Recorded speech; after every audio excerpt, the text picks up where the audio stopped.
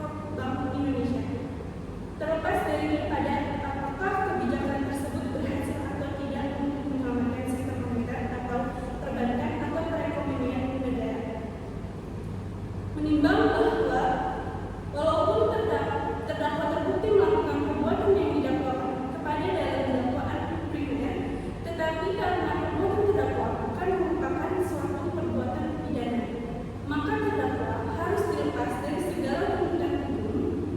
Namun putusan PT DKI Jakarta yang melepaskan terdakwa tersebut dibatalkan oleh Mahkamah Agung, dan Mahkamah Agung malah menghukum terdakwa. Begitu pula dalam kasus EC Nelo dalam pemberian kredit perbankan yang didakwa dengan tindak pidana korupsi di Pengadilan Negeri Nelo dibebaskan, namun kemudian di Mahkamah Agung dihukum.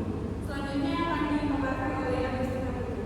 Baik, selanjutnya memang pemahaman yang berkembang dalam peradilan oleh penegak hukum biasanya berbeda dengan kajian akademik yang disampaikan oleh pakar hukum dalam memberikan solusinya.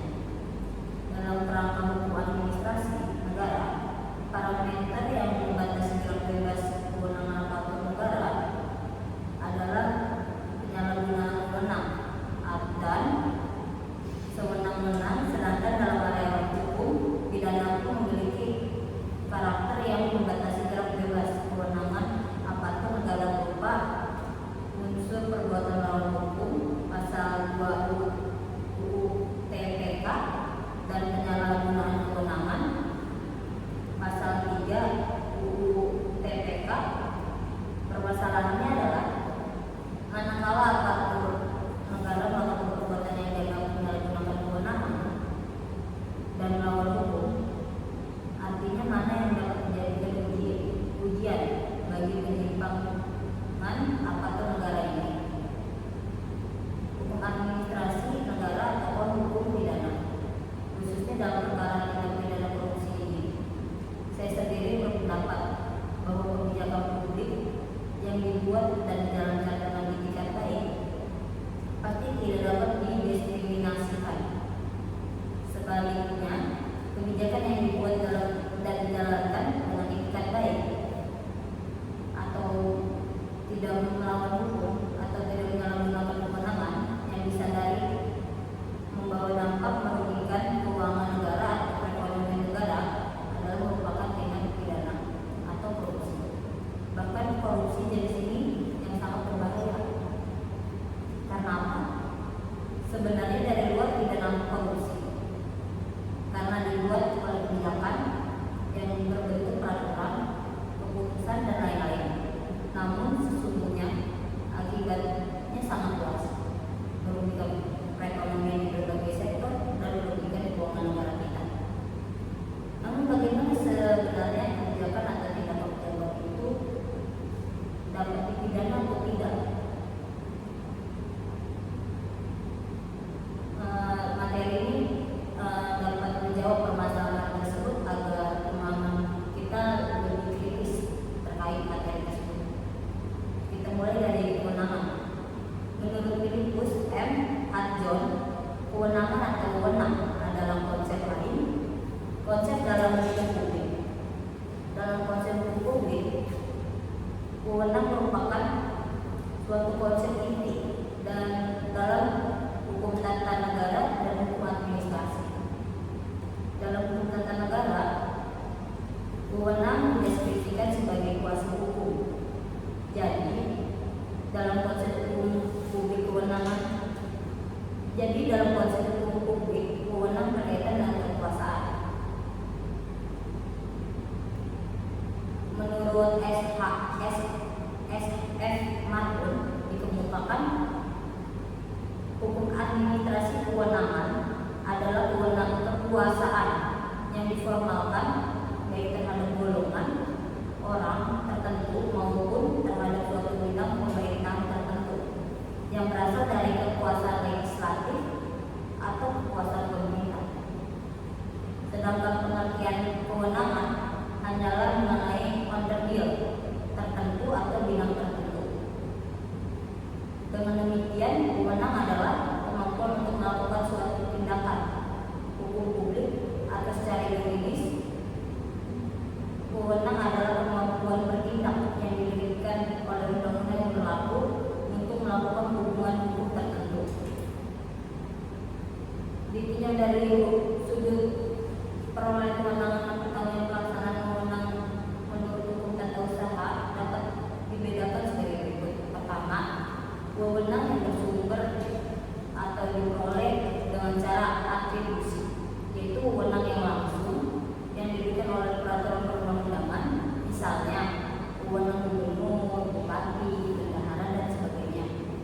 Kedua, wewenang yang bersumber dari peroleh dengan cara delegasi, yaitu wewenang yang diperoleh dari adanya pelimpahan atau penyerahan wewenang dari pemberi delegasi kepada penerima delegasi. Karena wewenang telah didelegasi, maka delegan sudah tidak lagi mempunyai wewenang tersebut, dan tanggung jawab atas pelaksanaan wewenang yang telah didelegasikan menjadi tanggung jawab dari delegataris. Dalam delegasi tidak diperuntukkan pelimpahan wewenang dari atasan pada bawahan.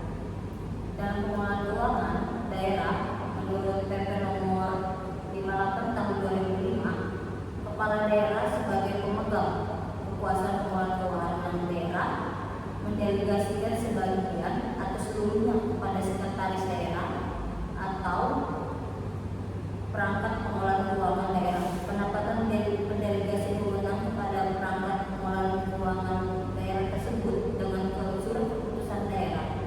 Pendapatan tersebut merupakan salah satu syarat pelaksanaan anggaran.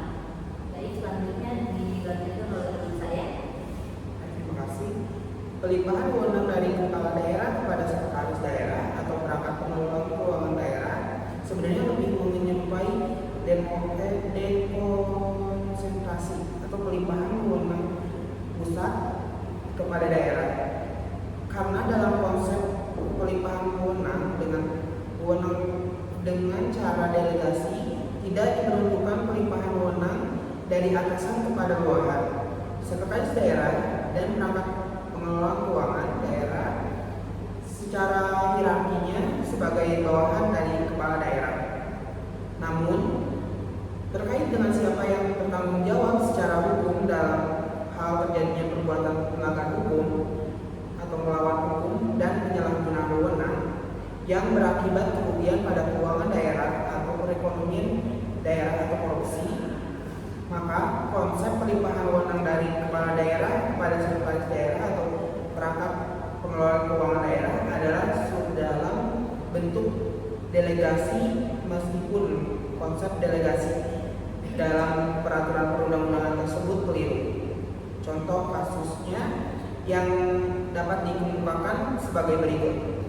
Penggunaan anggaran kepala dinas pada dinas kebersihan atau melakukan pembelian alat pengelolaan sampah kepala dinas atau kadis tersebut menunjuk salah satu kepala seksi sebagai kekuasa pengguna anggaran atas dasar pelimpahan wewenang. Selanjutnya, kepala seksi membentuk panitia lelang atau panitia tender. Panitia lelang dan kepala seksi yang telah ditunjuk tersebut tidak melaksanakan lelang sesuai wewenang yang telah dilimpahkan kepadanya, melainkan dengan cara melakukan penunjukan langsung dengan tujuan untuk mengenakan rekanan tertentu yang berakibat merugikan keuangan negara.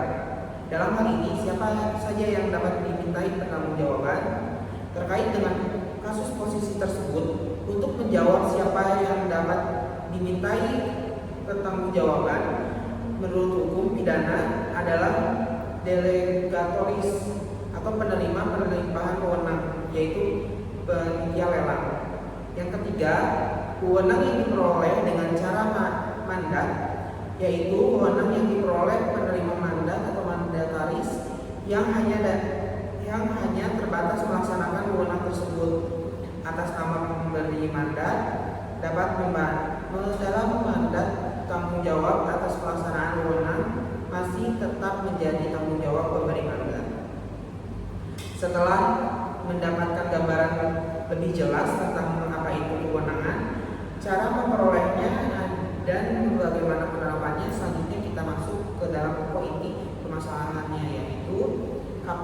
suatu kebijakan yang dilekati wewenang kemudian menjadi masalah hukum?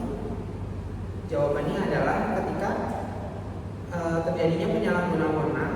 Menurut Profesor Jean Revero dan Jean Welin, pengertian penyalahgunaan wewenang dapat dalam hukum administrasi dapat diartikan dalam 3 wujud, yaitu penyalahgunaan wewenang untuk melakukan tindakan-tindakan yang bertentangan dengan kepentingan umum atau untuk menguntungkan kepentingan pribadi, kelompok, atau golongan.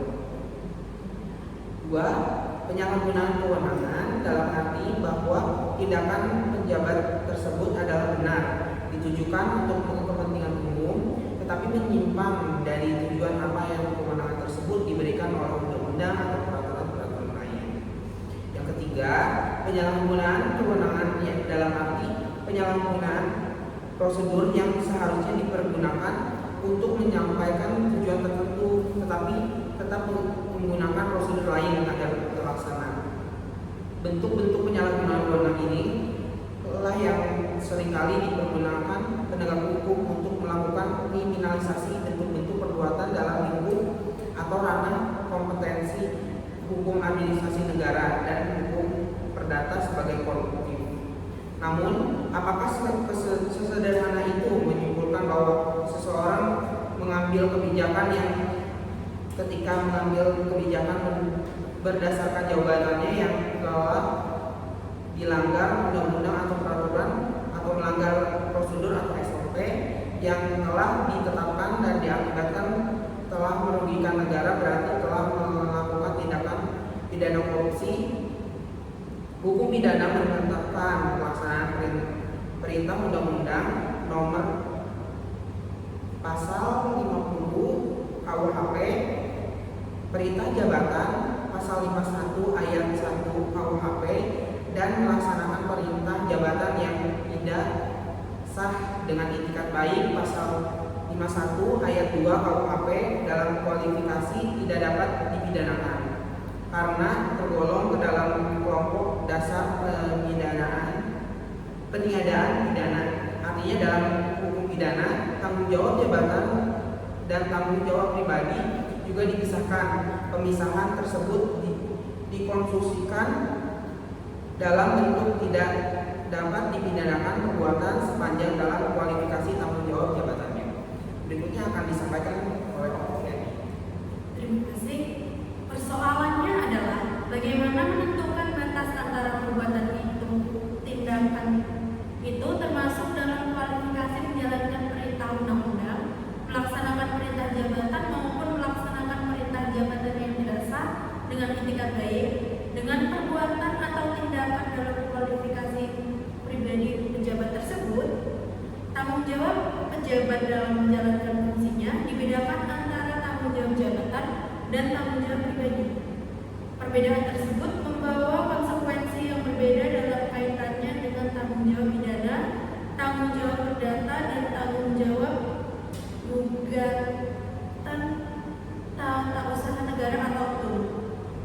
Yang pertama, tanggung jawab pidana. Tanggung jawab pidana adalah tanggung jawab pribadi. Dalam tindak pemerintahan, tanggung jawab pribadi seorang pejabat berhubungan dengan adanya maladministrasi, yaitu perbuatan tercela pejabat dalam bentuk perbuatan penyalahgunaan wewenang atau pejabat menyalahgunakan wewenangnya untuk tujuan lain yang menyimpang dari tujuan yang telah diberikan kepada wewenang itu. Menurut Tarlek Sri Jatniati, penyalahgunaan wewenang atau abuse of power dapat terjadi karena 3 hal. Yang pertama, menggunakan wewenang untuk kepentingan pribadi atau tujuan politik. Yang kedua, menggunakan wewenang bertentangan dengan undang-undang yang memuat dasar hukum wewenang yang diberikan. Yang ketiga, menjalankan wewenang untuk tujuan lain dari nyata-nyata dikehendaki oleh undang-undang dengan wewenang tersebut. Poin selanjutnya yaitu tanggung jawab perdata dalam kaitannya dengan perbuatan melanggar hukum oleh penguasa atau pejabat. Yang terakhir, tanggung jawab tata usaha negara adalah tanggung jawab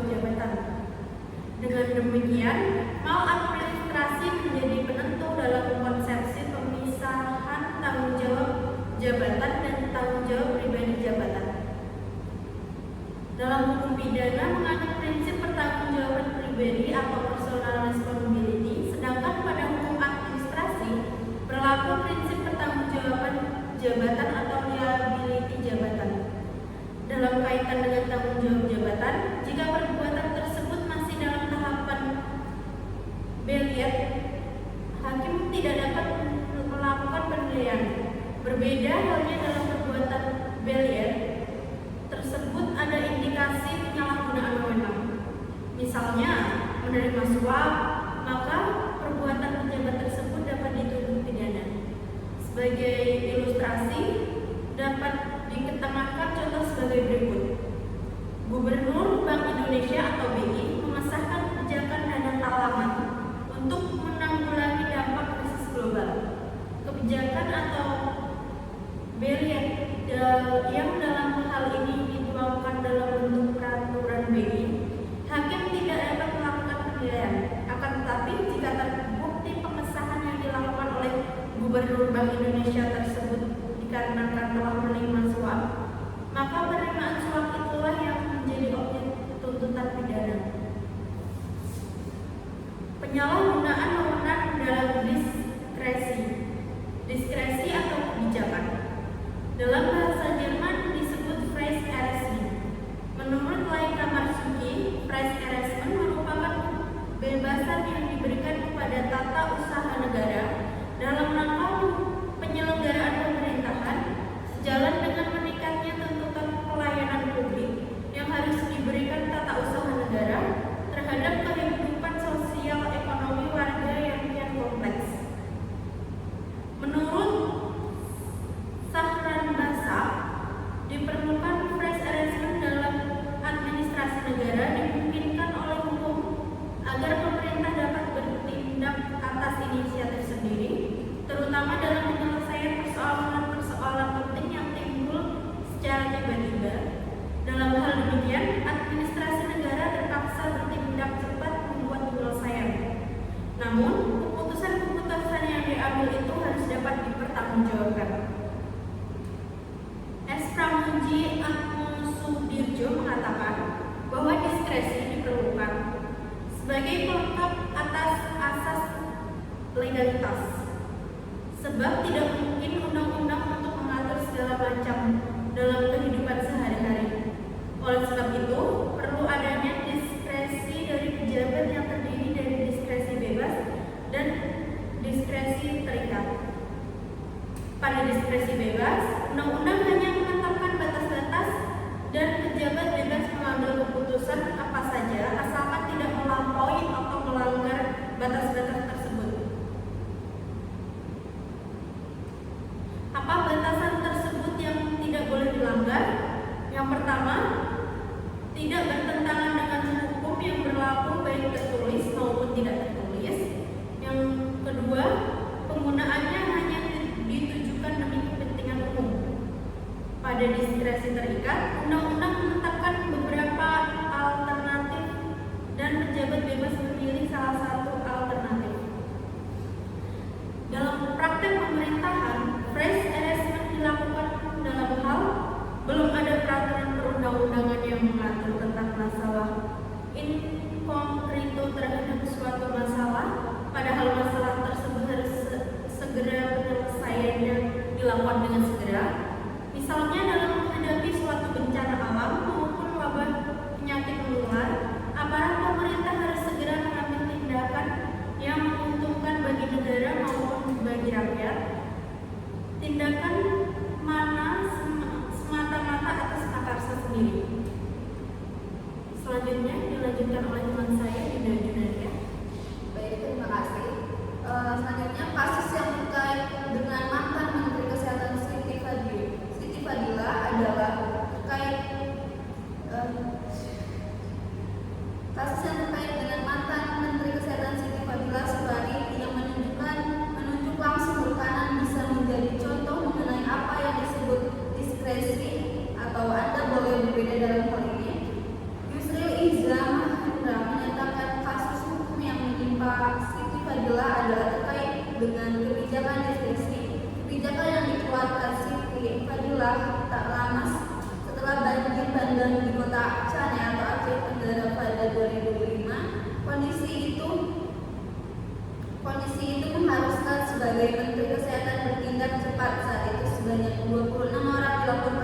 meninggal, puluhan orang luka-luka, sementara saat itu semua fasilitas kesehatan hancur oleh banjir karena kondisi luar biasa saat itu. Maka seorang menteri kesehatan bertanggung jawab untuk memenuhi segera kebutuhan pelayanan kesehatan yang hancur agar korban tidak bertambah. Beliau dapat usul dari anak buah harus ada penanganan darurat melalui Sekjen Devkes. Beliau meminta harus ada peralatan kesehatan yang sifatnya segera. Kata Yusril, bagaimana pada FIFA News Kamis 19 April 2012, kebijakan dalam pengadaan bantuan pasca bencana sekitar 15 miliar itu, kata Yusril, tidak sesuai Kongres 80/2003 tentang pedoman pelaksanaan pengadaan barang dan jasa pemerintah. Melalui bawahannya, Siti Fadilah meminta diadakan peralatan kesehatan yang sifatnya segera untuk menangani korban bencana, dan beliau meminta kepada Sekjen dan Biro Keuangan supaya itu ditelaah lebih dahulu. Setelah proses penelaahan dilakukan, Siti Fadilah pun menjawab surat tersebut bahwa penunjukan langsung bisa dilakukan, namun dengan catatan mengharuskan pelaksanaan penunjukan langsung sesuai peraturan yang berlaku. Kata Yusril, tidak semua penunjukan langsung melanggar hukum harus dilihat case by case. Melihatnya saat itu, penunjukan langsung saja tidak melihat kondisi pada saat itu. Bagaimana jika saat itu tidak ditangani segera, bahwa dalam pelaksanaan penggadaannya terjadi pelanggaran hukum. Kata Yusril, itu bukan tanggung jawab menteri, melainkan penanggung jawab teknis di lapangan, karena semua prosedur penunjukan langsung sudah dipenuhi sesuai aturan. Ini bukan hukum pidana, ini administrasi negara. Siti Fadilah sempat diperiksa penegak hukum, namun kasusnya tidak berlanjut sampai saat ini. Bahwa seorang pengambil kebijakan mendekati dengan wewenang dalam mengambil kebijakan, seseorang mengambil kebijakan harus mempertimbangkan manfaat atau tindakan kebijakan tersebut dengan kepentingan umum yang dilindunginya. Intinya, kebijakan yang diambil adalah pilihan terbaik pada situasi dan kondisi saat itu demi menjaga kepentingan umum. Apabila hal ini dilakukan oleh pengambil kebijakan tanpa motif jahat, misalnya dengan maksud memperkaya atau menguntungkan diri sendiri atau orang lain, maka akan diputuskan tidak dapat dipidana, walaupun membawa implikasi misalnya kerugian negara. Dalam kebijakan tidak bisa dipidana demi kepentingan umum adalah jurisprudensi MA tahun 1966.